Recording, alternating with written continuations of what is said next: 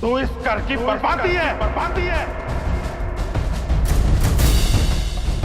तेरा काला साया मेरे परिवार पर निकल गया। इस घर के लिए मनहूस है तू, मनहूस है तू।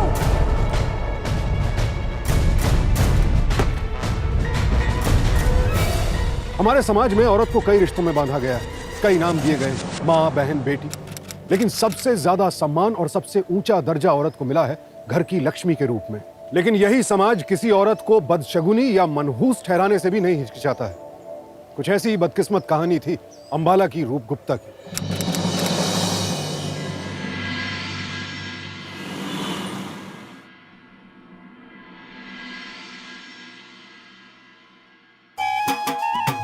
क्या हो गया? तुम लोग कैसे रास्ता रोक के खड़ी हो गई? अरे भैया, कहाँ चले आ रहे हैं? भाभी तो अंदर नहीं आ सकती, सॉरी। मुझसे कोई गलती हो गई क्या? गलती तुमसे नहीं, तुम्हारे पति देव से हुई है। हम बहनों को जो द्वार रुकाई का शगुन तो देना ही पड़ेगा। निकालो। ये देखो, इतनी सुंदर दुल्हन लेकर आया, इसलिए इतना ज्यादा शगुन दे रहा है। अब आ सकते हो।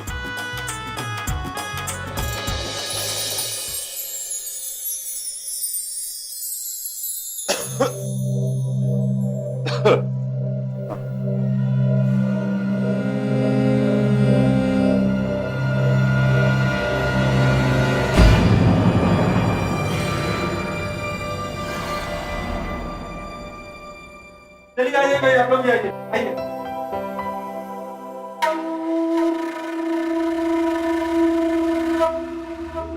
बाजी, मैं जानती हूँ कि आपको ये रिश्ता मंजूर नहीं था, पर अंबर को रूप बहुत ही पसंद थी, तो मैं क्या कर सकती थी। आप तो आजकल के बच्चों को जानते ही हैं। वैसे बाजी, रूप एक अच्छी लड़की है। आपके आशीर्वाद से वो दोनों अपने नए जीवन की शुरुआत कर सकते हैं।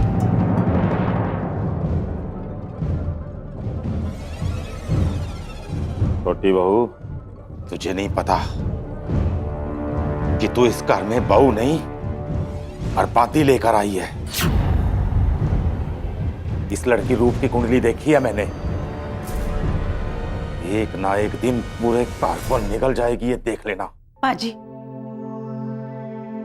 इस घर की बहू के बारे में कृपा करके ऐसी बातें मत कीजिए। मैं जानती हूँ कि आपको ये रिश्ता पसंद नहीं, पर किसी को इस तरह मनहूस कहना ये भी तो सही नहीं। और रूप इस घर का, इस परिवार का एक हिस्सा बन चुकी है। ये बात आप जितनी जल्दी हो सके समझ लीजिए, क्योंकि मैं तो आपकी ये बातें सुन लूंगी, पर अंबर और दोनों लड़कियां वो ना तो आपकी ये बातें सुनेंगे और ना ही विश्वास करेंगे। फिर कहीं ऐसा ना हो कि आप अपनी इज्जत और मान उनके सामने खो दें।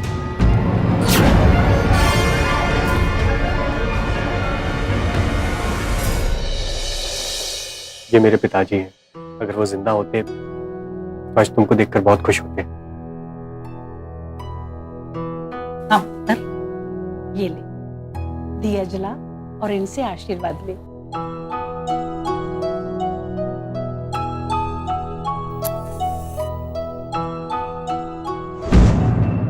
अरे, लाइट चली गई। कोई बात नहीं, मैं देखता हूँ। अरे साक्षी, तेरी भाभी ने ऐसा दिया जलाया कि बत्ती बुझ गई।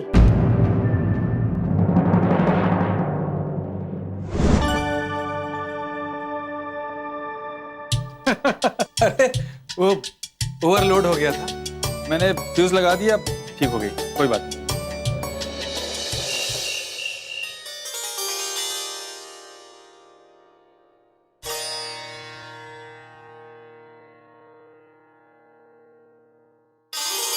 क्या बात है, बड़े खुश लग रहे हो। तुम जो हो ना मेरे साथ, और मुझसे ज्यादा खुश तो मेरी माँ है। मानो जैसे उनको खजाना मिल गया। मैं पता है रूप, मैं ही नहीं पूरा परिवार तुमसे खुश है। एंड आई प्रॉमिस, तुम्हारी खुशी की जिम्मेदारी मैं लूंगा।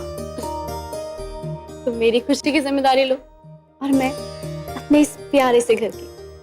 Deal done. डन। वैसे आज के दिन हम ये बड़े लोगों की तरह जिम्मेदारी की बात क्यों कर रहे हैं? तुम्हारी स्वागत है।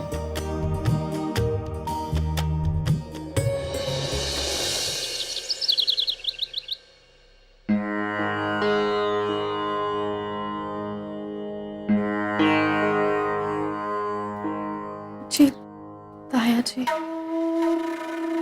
छोटी बहू, क्या क्या हुआ बाजी? छोटी बहू। हाँ जी पाजी। ओए, अगर तेरे को मेरी पूजा के फूल लाने इतने मुश्किल लगते हैं तो कह देना मेरे को, कल से मैं खुद ले लिया करूंगा। पर पाजी, रूप ने तो ओए, मैं इसका सुबह सुबह नाम नहीं सुनना चाहता। तूने इसे मेरी पूजा में भेज दिया। ताऊ जी, रूप ने तो आपको सिर्फ फूल दिए और एक तो इसने आपका काम किया। प्रॉब्लम क्या है? प्रॉब्लम यह है बेटा जी कि ये पूजा के फूल हैं, पवित्र और शुभ, और इस लड़की का साया अशुभ, और इसका ये अशुभ साया किसी शुभ चीज पर पड़े, ये मैं बिल्कुल बर्दाश्त नहीं करूंगा। देखिए ताऊ जी, आप मेरे पिता समान हैं। आपसे विनती करता हूं कि आज के बाद ऐसी बात मत कीजिएगा।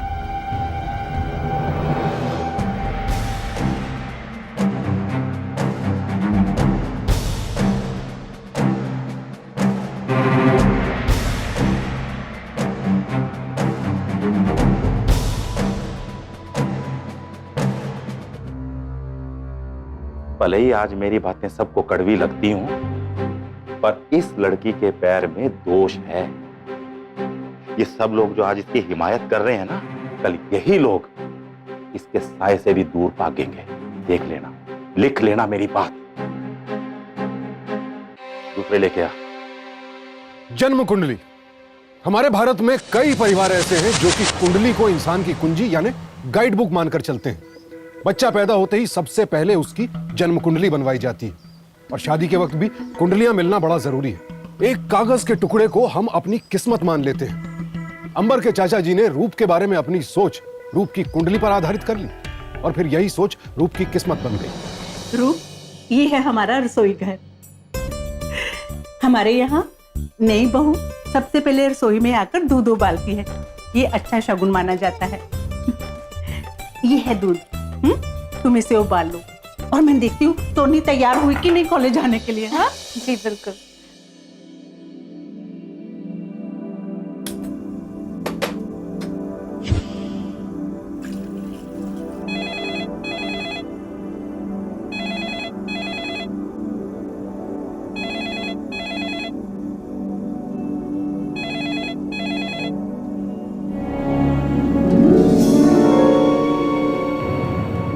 रूप, रूप कहाँ गई? रूप,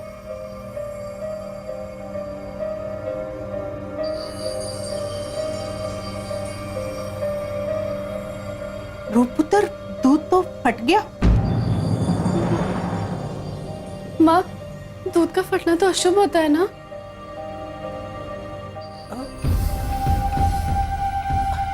ओ कोई नहीं पुत्र, गर्मी बहुत है ना, तो दूध तो फट ही जाता है। तू ज्यादा मत सोच।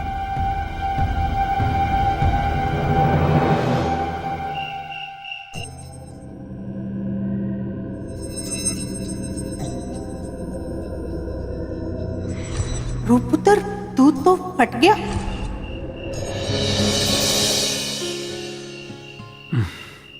क्या बात है? हाथ में पेन, पूरे पन्ने और डायरी। क्या हुआ? वो मैं आज के दूध के फटने के बारे में सोच रही थी। माँ जी ने तो कुछ भी नहीं कहा, लेकिन मुझे पता है दूध का फटना अशुभ होता है।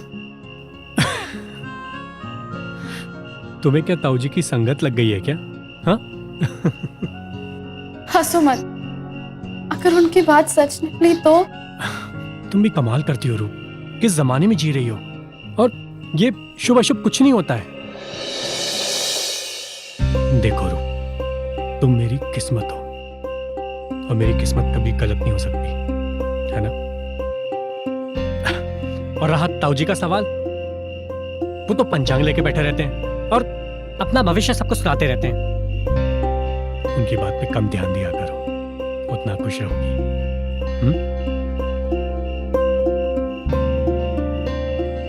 पता नहीं, दुनिया भले ही मुझे मनहूस समझे, मेरे पति और मेरा परिवार खुश है तो मुझे और कुछ नहीं चाहिए।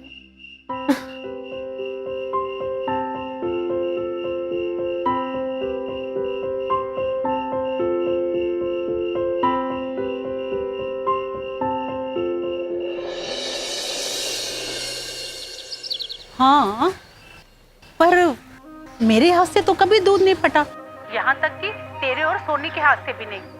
मुझे तो डर लग रहा है कहीं पाजी की बात सच ना निकले। क्या माँ, आप भी ना इतना मत सोचो। पर वैसे भी हो सकता है जो दूध बाहर से आया वो पहले से ही खराब हो। और हम जैसा सोचते हैं ना माँ, हमें सब कुछ वैसे ही दिखता है। पर उस दिन दिया जलाते समय लाइट भी तो चली गई थी। हाँ माँ, रवि ने बताया था वो ओवरलोड हो गया था। पर वैसे भी माँ इतना टेंशन मत लो आप। और वो तो अभी नई बहू है, इन सब बकवास बातों में उसे मत उलझाओ। हाँ ठीक है।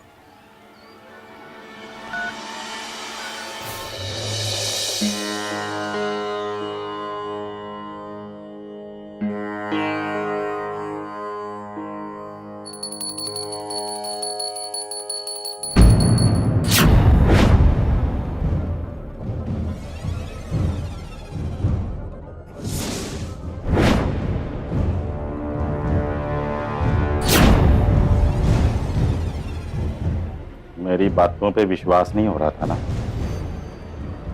अब इस बुझते हुए दिए का क्या मतलब हुआ?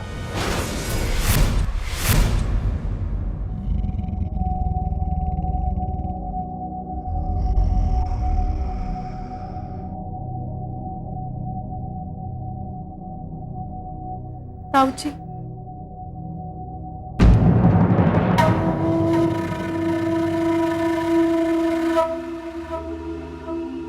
छोटी बहू, छोटी बहू,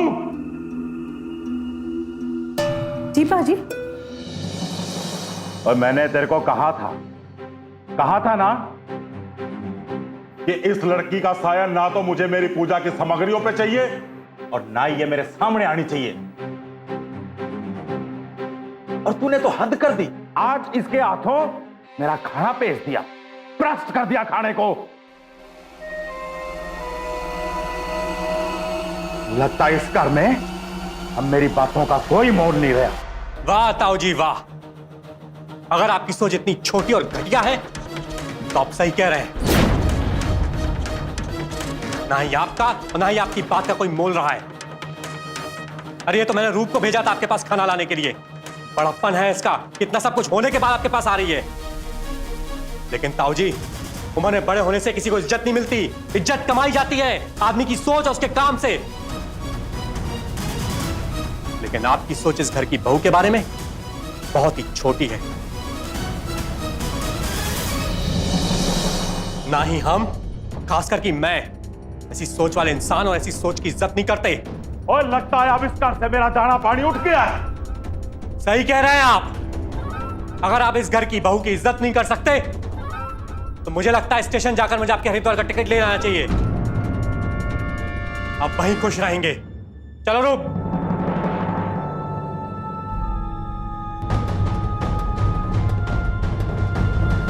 छोटी बहू, ओए, बहुत बड़ा अनर्थ होने वाला है इस घर में। देख लिया, इसका साया पड़ते ही कैसे ये घर बिखरना शुरू हो गया है। अभी तो इसने रंग दिखाना शुरू किया है। आगे आगे देखना कि कैसे ये इस घर में मातम और बर्बादी फैलाती है। देख लेना।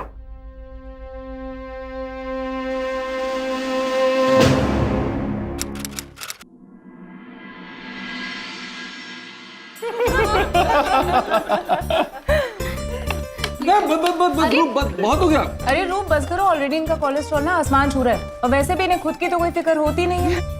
दीदी, एक दिन के खाने से कुछ नहीं होता है। पर मुझे तो लग रहा है कि आपको मेरे हाथ का खाना पसंद नहीं है, राइट? भाई 100 बात की एक बात ये है कि अपनी बीवी के हाथ के बने हुए खाने से ज्यादा अच्छा दूसरों की बीवियों का हाथ का खाना ज्यादा अच्छा होता है। अच्छा आप सब लोग बैठिए, मैं आप सब लोगों के लिए मीठा लाती हूँ। ले आओ। तो भाई हम शर्मा जी के पास गए और बोले आप लोग तैयार भी हो गए? ये लीजिए पान। अरे वाह, पहले स्वादिष्ट खाना और उसके बाद पान। भाई मुझे खाना खाने के बाद पान खाना बहुत अच्छा लगता है। आज तो आपका ही दिन है। क्या? हाँ। रूप रख लो। जीजा जी, ये किस लिए? ये पैसा नहीं है, आशीर्वाद है। दूधो नहाओ पूतो फलो। रूप, आज तेरा डिनर का आइडिया बहुत अच्छा था। सारा परिवार साथ बैठकर खाए, हंसी मजाक करे, कितना अच्छा लगता है ना? हाँ माँ, मजा तो बहुत आया। साक्षी दीदी सच्ची में बहुत खुश नसीब किनको रवि जीजू जैसे पति मिले। अच्छा, आप ये दवाई तो खाइए।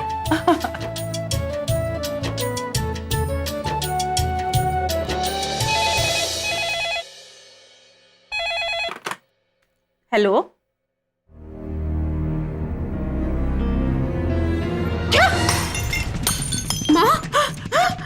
माँ जी, माँ क्या हुआ? मामा कुछ बोलिए प्लीज। मामा, माँ जी कुछ बोलिए। माँ, अरे दूध पियो मोंटू। अरे ना, अब अच्छे बच्चे हो ना, पकड़ लिया। अरे बहुत शैतान हो गए। चलो दूध पियो, आपको स्ट्रॉन्ग बनना है अमन भैया जैसे, एकदम स्ट्रॉन्ग। तो जल्दी जल्दी पियो।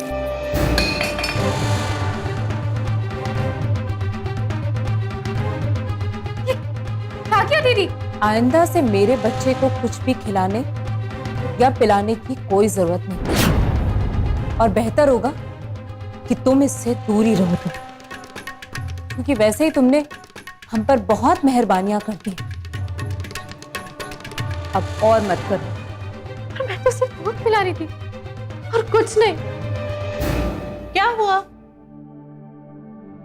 क्या हो रहा है?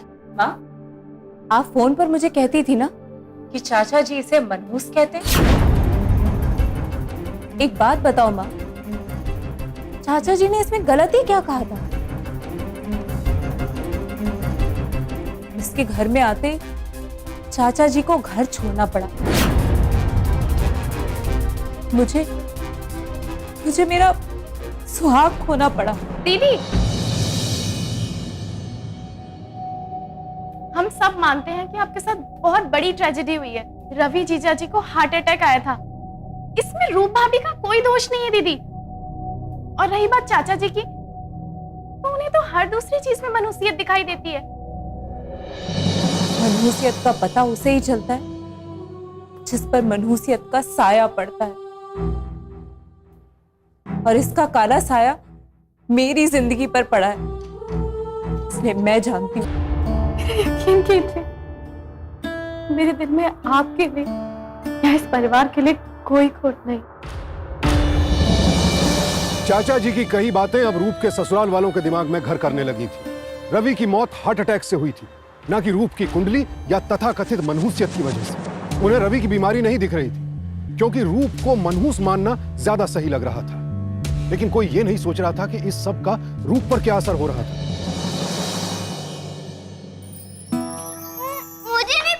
मोंटू, अरे मोंटू, बदमाशी देखो इसकी। सोनी लेट हो रहा है, चलो। हाँ भैया, बस रूप किधर है? हाँ जी आई। ये तुम्हारा लकी पेन और ये तुम्हारा बैग। बस मिल गया ना? भाभी, मेरा हॉल टिकट। टेंशन मत लो, सब इसी के अंदर डाल दिया। और मेरा दही शक्कर? ये है ना दही शक्कर, रूप खिला दे। भैया जल्दी करो ना, लेट हो रहा है। चलो चलो। ध्यान से लिखना पेपर। हाँ, और कब आएगी ये तो बता। 2 बजे तक आ जाऊंगी मैं।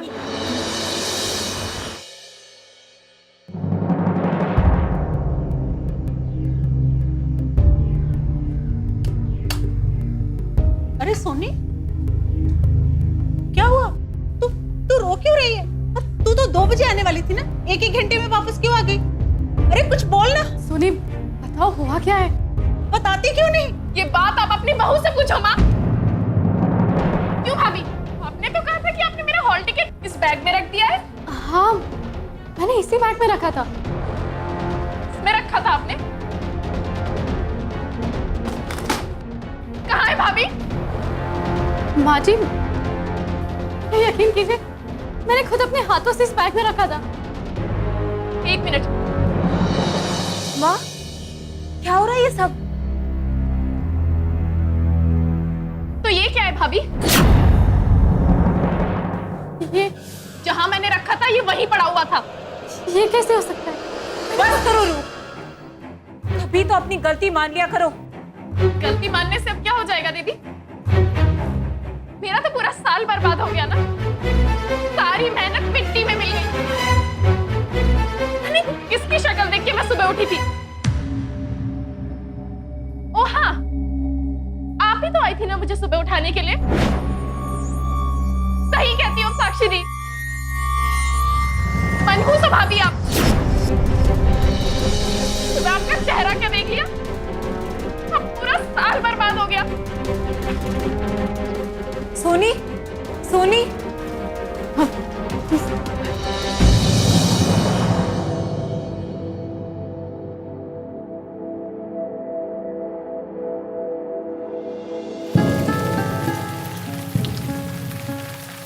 क्या बात है? अंबर, आपको भी लगता है मैं मनहूस हूँ? क्या बात कर रही हो? ऐसा मैं नहीं, ऐसा सब कहते। चाचा जी, ताया जी, साक्षी, और अब तो सोनी ने भी बोल दिया कि मैं मनहूस हूँ। नहीं रू, ऐसा कुछ नहीं है। तुम मनहूस नहीं हो, और ये सब उनकी सोच है, मेरी नहीं। प्लीज ये सब सोचना बंद करो।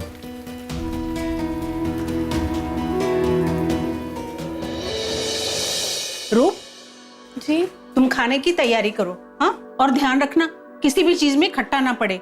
आज मेरा व्रत है, ठीक है?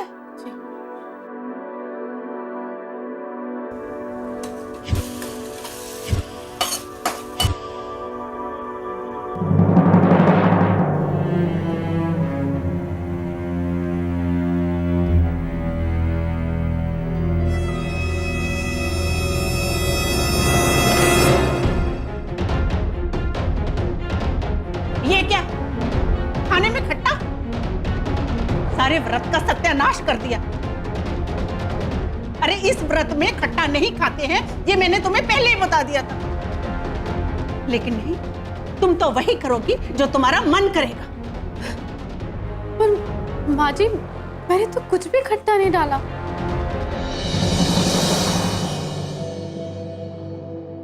हाँ माँ, ये तो खट्टा है।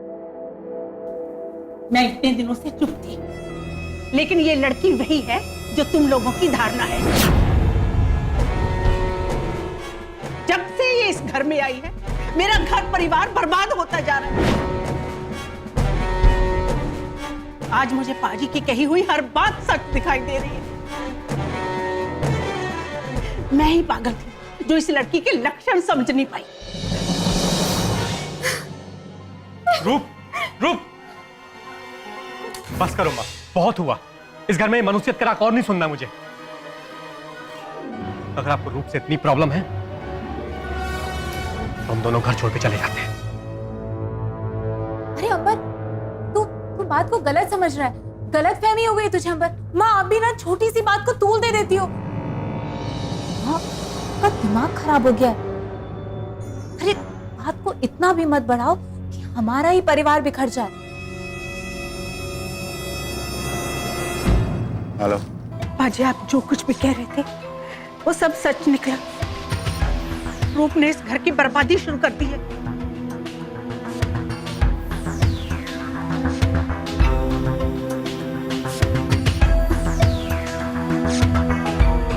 अब मैं जो कहता हूं ना उसे ध्यान से सुनो। जी पाजी।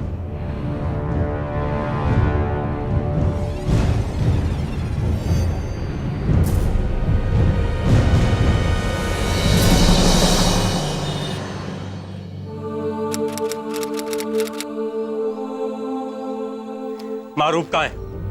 रूप, रूप, तुमको पता था ना कि वो मेहरा का कॉल कितना इंपॉर्टेंट है मेरे लिए? हाँ, हुआ क्या है? इतनी भोली बन रही हो। लेकिन मैंने क्या किया? अच्छा, क्या किया है? हाँ, मैं सुबह से मेहरा कॉल का वेट कर रहा था, और जब मैंने उन्हें कॉल किया तो पता चलता उनकी बात सुबह हो चुकी है। और उनकी बात मेरी पत्नी से हुई है, जिन्होंने मेरा अपॉइंटमेंट 12 बजे फिक्स कर दिया था।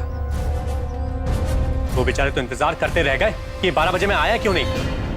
इतनी महान है मेरी पत्नी, इतना इंपॉर्टेंट कॉल मुझे बताया ही नहीं गया। इस समय आप क्या बोल रहे हैं? मैंने किसी से कोई बात नहीं करी है। अच्छा, वो मेहरा इतना बड़ा आदमी झूठ बोल रहा है कि उसकी मेरी पत्नी से बात हुई है। और हाँ, सही कहा तुमने कुछ किया थोड़ी है। कुछ अशुभ करने के लिए तुम्हारा कुछ करना जरूरी नहीं, तुम्हारी तो मौजूदगी काफी है। अरे पर मेरी बात तो सुनिए। वैसे ना कमाल की मनहूसियत है तुम्हारी, किसी को भी नहीं बख्शती।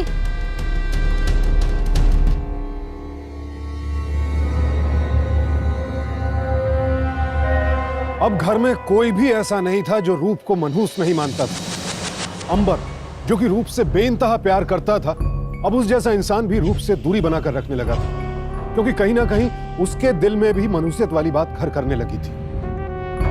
अंबर और उसके परिवार को एक जीते जागते इंसान से ज्यादा चाचा जी की दकियानूसी बातें सच लगने लगी थी। लेकिन किसी ने भी यह जानने की कोशिश नहीं की कि इन सब गलतफहमियों की असल वजह कुछ और ही थी।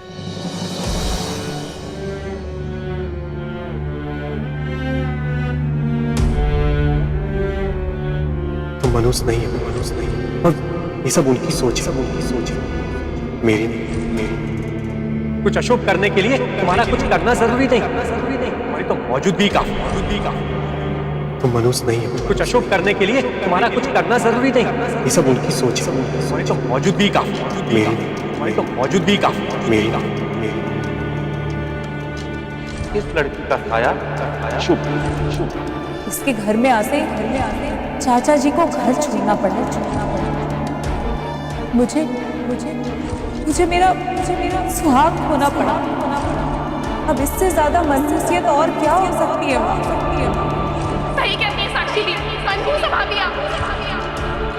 जब से ये इस घर में आई, मेरा घर परिवार बर्बाद होता जा रहा है।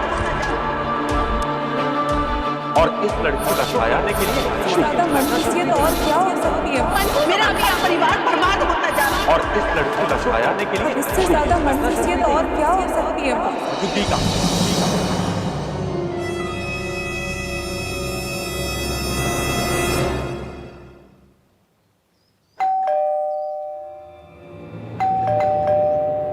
ये लड़की दरवाजा क्यों नहीं खोल रही? क्या आफत आ गई इसको? तू जरा फोन तो लगा उसे। जी मैम। हाँ।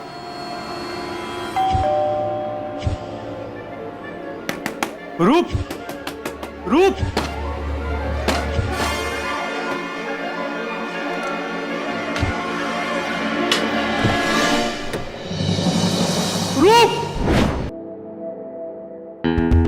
देखिए, ये आत्महत्या का केस है, आपको हमारे साथ थाने चलना होगा। चलो।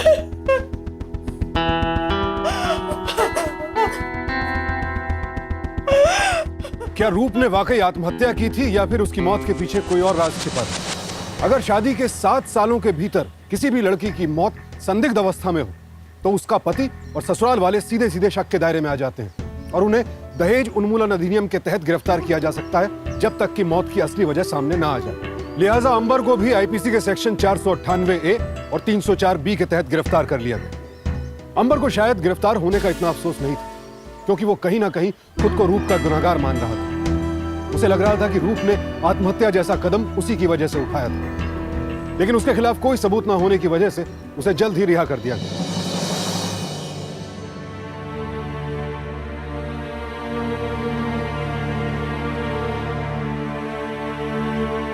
गुप्ता साहब अभी तक सो रहे? उठो, सुबह हो गई, ऑफिस नहीं जाना? सुबह इतनी जल्दी क्यों हो गई? अरे अभी शादी को सिर्फ 2-3 दिन और सुबह हो गए। चलो गुप्ता जी, आपको शादी और कितने दिन चलानी है? चलो, घर के काम में भी लगना है मुझे। नहीं, अभी नहीं। गुप्ता जी उठो, छोड़ो।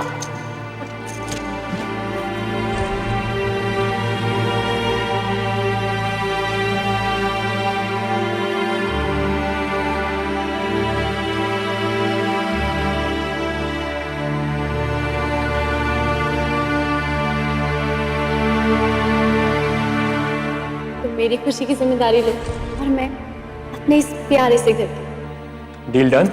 डन।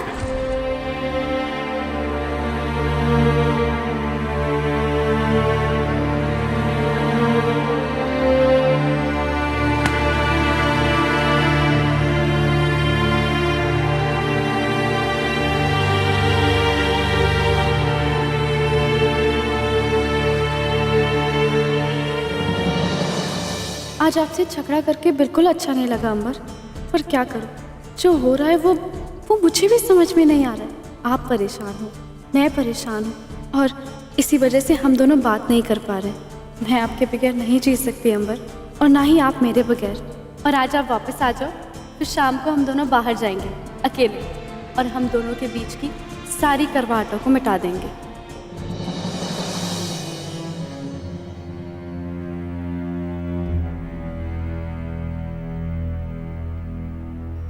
हेलो। उससे पहले उससे किसी की बात नहीं हुई थी? घर में कोई भी नहीं था? अंबर,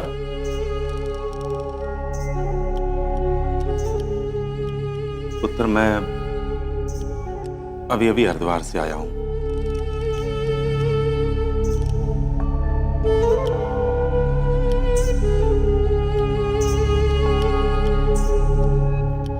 देख बेटा, जो होना था वो तो हो गया।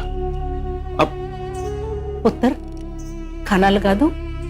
नहीं माँ, भूख नहीं।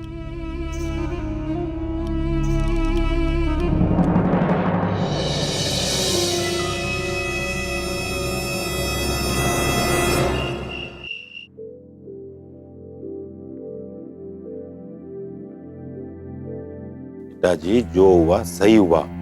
विधि के विधान को कोई बदल नहीं सकता। वो उसकी तकदीर में ऐसे ही लिखा था उसका अंत। और वैसे भी गलत को सही करने में पाप नहीं होता।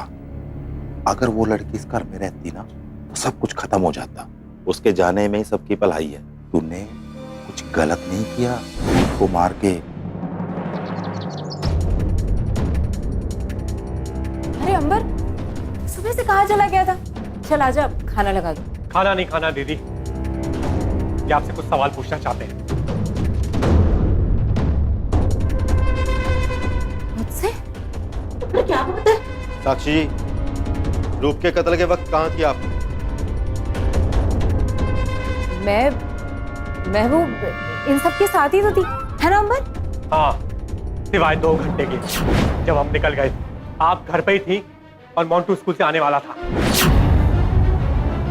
और आप वहां 3 बजे पहुंची, जबकि यहां से वहां तक का सफर सिर्फ आधे घंटे में तय किया जा सकता है, और आप 2 घंटे में आई थी। याद है ना आपको? क्या बकवास करे जा रहा है?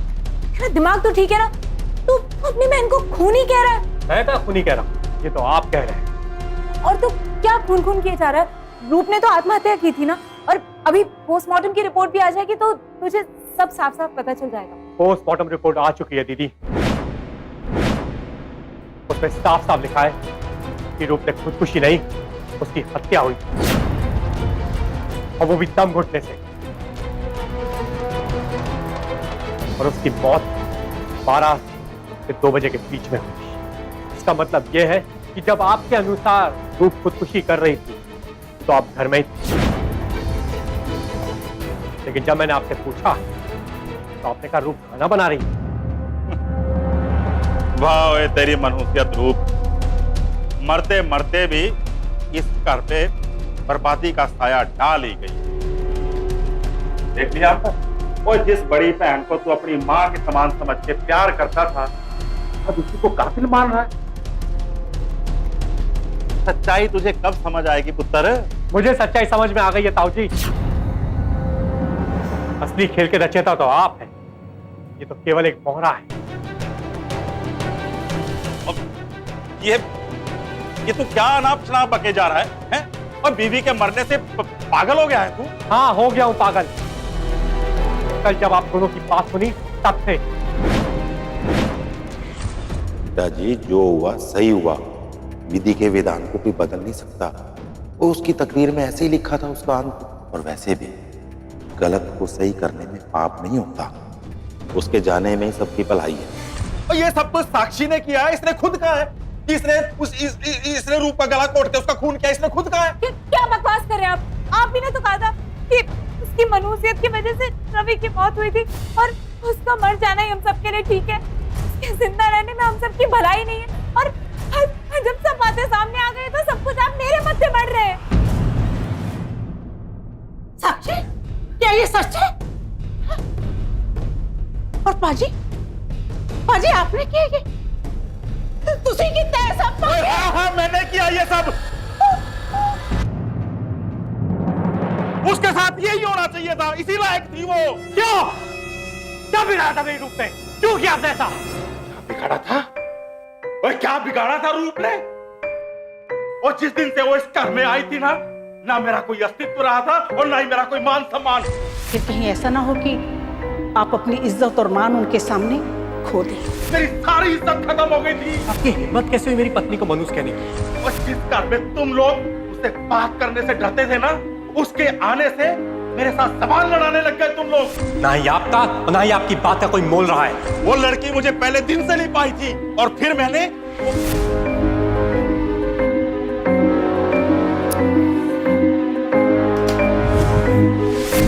हद तो उस दिन हो गई जब तुमने उसके कारण मुझे घर से बाहर निकाला था। अगर आप इस घर की बहू की इज्जत नहीं कर सकते तो मैं अभी स्टेशन जाकर आपकी हरिद्वार की टिकट लेकर आता हूं। उस दिन मुझे समझ में नहीं आया था कि इस रूप नाम की बला से कैसे निपटना है, और उसका जवाब मुझे मिला रवि की मौत में। और फिर मैंने साक्षी से बात की और वो मान भी गई। पुत्र, अब तेरा पति तो रहा नहीं और इस मनोज की वजह से कहीं तेरे को अपना पुत्र भी ना खोना पड़ जाए, इसलिए हम सबकी भलाई इसी में है कि इसे परिवार से अलग कर दिया जाए। समझ रही है ना तू? जी ताज। इसका मतलब रूप मनोज नहीं थी। ये सवाल आप पूछ रही है दीदी? नहीं अम्मा, मैं सच कह रही हूँ। मैं तो ताया जी की बात में आ गई थी और मार डाला ना मेरी रूप को। क्यों? क्योंकि उसे सच्चाई का पता चल गया था। चाचा जी अब देखिएगा, बस कुछ ही दिनों की बात है, इस लड़की को ना परिवार वाले खुद ब खुद धक्के मारकर इस घर से निकालेंगे। माँ से लेकर अंबर तक सबको यकीन हो चुका है कि ये लड़की कितनी मनहूस है। माँ के व्रत के खाने में मैंने खट्टा मिला दिया था। और सोनी, उसका हॉल टिकट भी मैंने गायब कर दिया। कार्ड?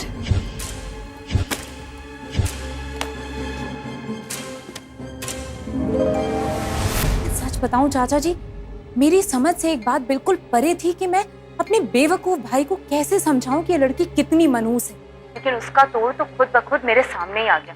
मैंने अंबर के क्लाइंट से रूप बनकर बात क्या की, अंबर को लगने लगा कि उसका कॉन्ट्रैक्ट रूप की वजह से बर्बाद हुआ है। क्या हुआ बेटा? चाचा जी, रूप ने सब सुन लिया। देखो बेटा, इसकी जुबान हर हाल में बंद रहनी चाहिए, नहीं तो सब कुछ नष्ट हो जाएगा।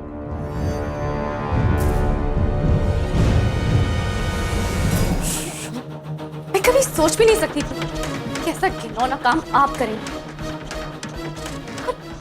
मैं सोच के परेशान हो रही हूँ कि मुझ में ऐसे क्या अपशगुनता आ गई कि मेरी वजह से मेरे पूरे परिवार वालों को इतना कुछ बर्दाश्त करना पड़ रहा है। लेकिन ये सारा घिनौना काम तो आप कर रही थी।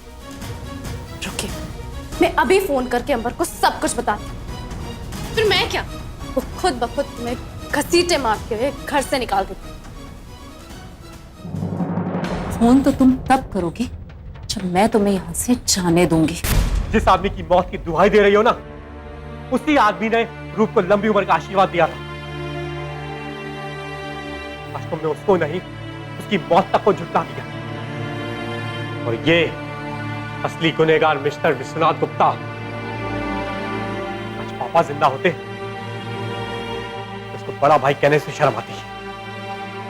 इंस्पेक्टर साहब, पकड़ लीजिए दोनों को। ले चलो इनको। मोंटू, मोंटू, कहाँ जा रहे हो? मोंटू, साक्षी, साक्षी को रूप की हत्या करने के जुर्म में आईपीसी के सेक्शन 302 और आपराधिक षड्यंत्र रचने के लिए सेक्शन 120 बी के तहत उम्र कैद की सजा सुनाई गई।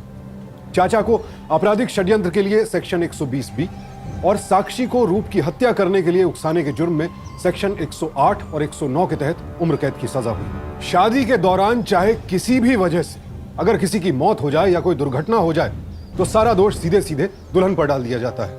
उसके शुभ होने पर सवाल उठा दिए जाते हैं। आज के इस दौर में जब हम इतनी तरक्की कर चुके हैं, वहीं हम किसी मासूम को मनहूस भी करार दे रहे हैं, ये कहां तक तर्कसंगत है? सावधान इंडिया अपने शो के जरिए ऐसी हर मान्यता, हर प्रथा का कड़ा विरोध करता है जहां इंसान को इंसान नहीं समझा जाता। कोई भी शुभ या अशुभ नहीं होता। ये सिर्फ हमारी रूढ़िवादी सोच है जो हमें ऐसे घृणित कार्यों की ओर धकेलती है। अब वक्त आ गया है कि हम सदियों से चले आ रहे इन ढकोसलों को पीछे छोड़कर एक बेहतर समाज बनने की तरफ अपना कदम बढ़ाएं, ताकि फिर से कोई रूप इन रूढ़ियों की बलि न चढ़े। इसी प्रार्थना के साथ अब मैं सुशांत सिंह आपसे विदा लेता हूं। फिर मुलाकात होगी ऐसी एक और सत्य घटना के साथ। सावधान रहें, सतर्क रहें, जिम्मेदार बने। देखते रहें सावधान इंडिया, इंडिया फाइट्स पर।